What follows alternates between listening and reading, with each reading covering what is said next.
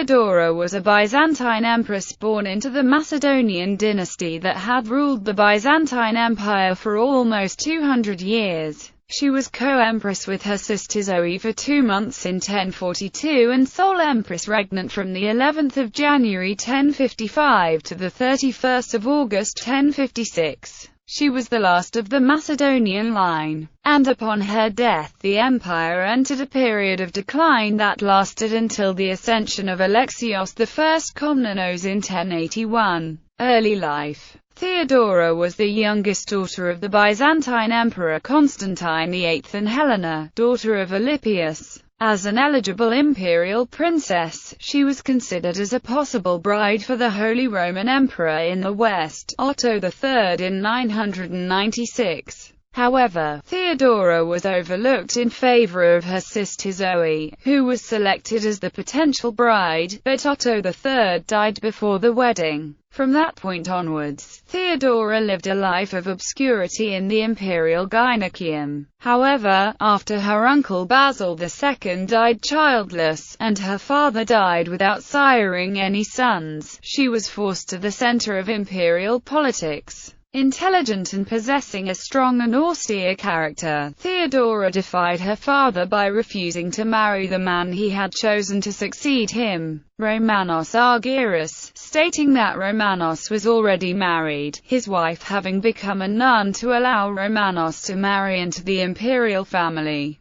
Theodora further claimed that since Romanos and she were third cousins, it was too close a blood relationship for marriage to occur. Consequently, Constantine VIII chose Theodora's sister, Zoe, who married Romanos instead in 1028. With the accession of Romanos, Theodora prudently retreated back into the gynaeceum, with its daily religious routines. But this did not save her from her sister's envy. Never having forgiven Theodora for being their father's first choice, Zoe persuaded her husband to appoint one of his own men as the chief of Theodora's household, with orders to spy on her. Shortly afterwards, Theodora was accused of plotting to usurp the throne with Presian of Bulgaria. Although Presian was blinded and then sent to a monastery, Theodora was not condemned, but in 1031 she was implicated in another conspiracy. This time with Constantine Diogenes, the Archon of Sirmium. Accused of being part of the conspiracy, Theodora was forcibly confined in the monastery of Petrion. Zoe later visited her sister and forced her to take holy orders. She would remain there for the next 13 years, as Zoe managed the empire with her husbands, Romanos III and, after his death, Michael IV, co-empress with Zoe. With Michael IV's death in December 1041, Zoe adopted Michael's nephew, who was crowned as Michael V.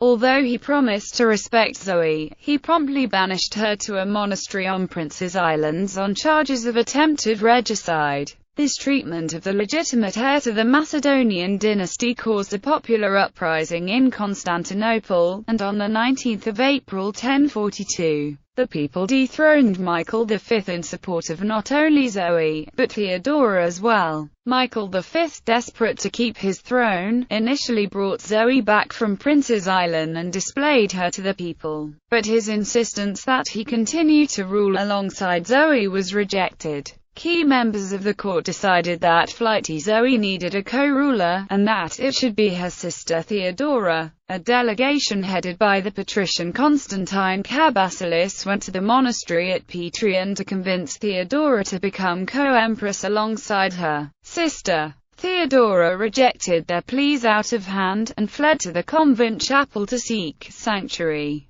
Constantine and his retinue pursued her, forcibly dragged her out and exchanged her monastic clothes for imperial ones. At an assembly at Hagia Sophia, the people escorted a furious Theodora from Petrion, and proclaimed her empress along with Zoe. After crowning Theodora, the mob stormed the palace, forcing Michael V to escape to a monastery. Zoe immediately assumed power and tried to force Theodora back to her monastery, but the Senate and the people demanded that the two sisters should jointly reign. In her first act, Theodora was called upon to do what her sister would not: deal with Michael V.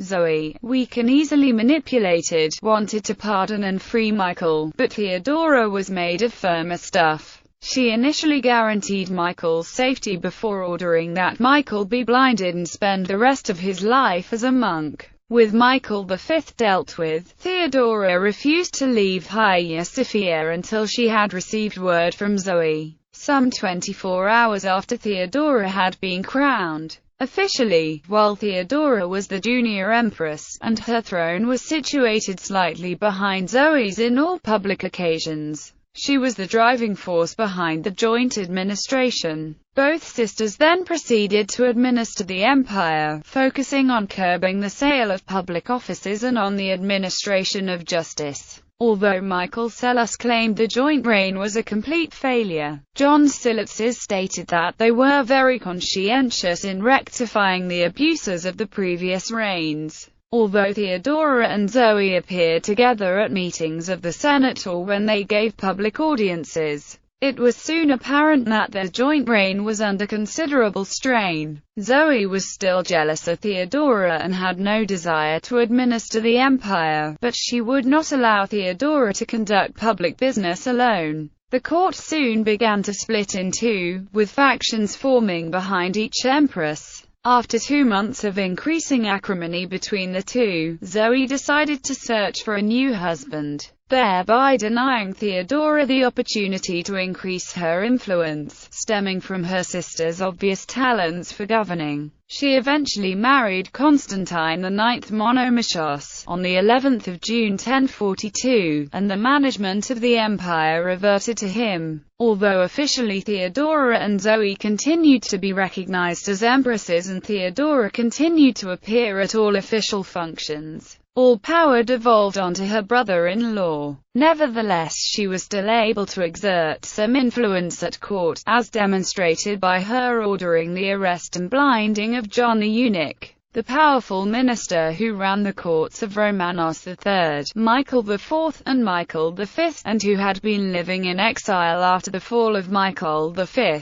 Constantine IX's preferential treatment of his mistress in the early part of his reign led to rumors that he was planning to murder Zoe and Theodora. This led to a popular uprising by the citizens of Constantinople in 1044, which was only quieted by the appearance at a balcony of Zoe and Theodora, who reassured the mob that they were not in any danger of assassination. Return to power. Zoe died in 1050 and Constantine IX died on the 11th of January 1055. As Constantine lay dying, he was persuaded by his counselors, chiefly the Logothetes Dromoujon, to ignore the rights of Theodora and to pass the throne to the Duke of Bulgaria, Nicephorus Protuon. However, the plans were preempted by Theodora, who, in spite of her 70 years of age, vigorously reasserted her dormant rights to rule. She was brought out of her retirement in a convent,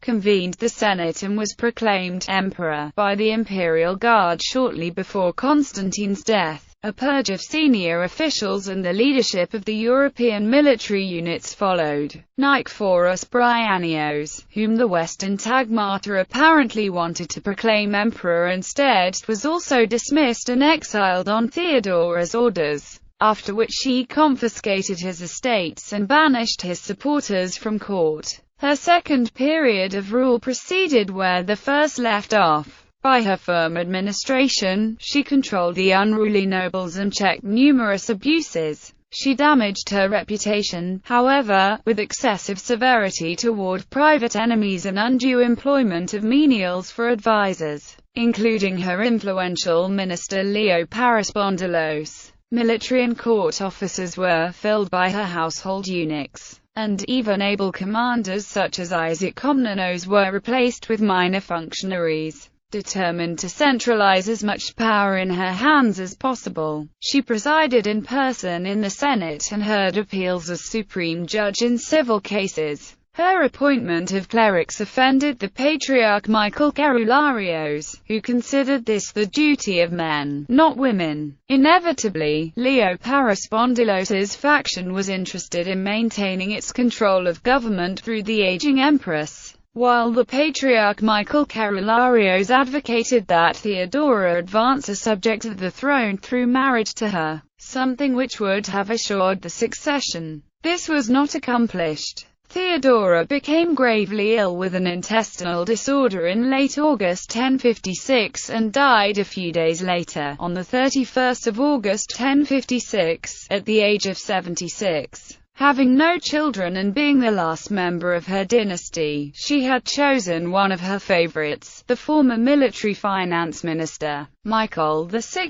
Bringers, as her successor on the recommendation of her chief minister, Leo Parispondylos. Hoping to recover her health, Theodora made her chosen successor swear that he would always obey her orders while she was alive. In the end he would not have to obey her long, for Theodora survived his nomination by only a few hours. As Michael VI was not related to the Macedonian dynasty that had ruled the Byzantine Empire for 189 years, he did not receive universal support, resulting in a series of conflicts for the throne among various noble families lasting from 1056 until 1081, the beginning of the Komnenian dynasty.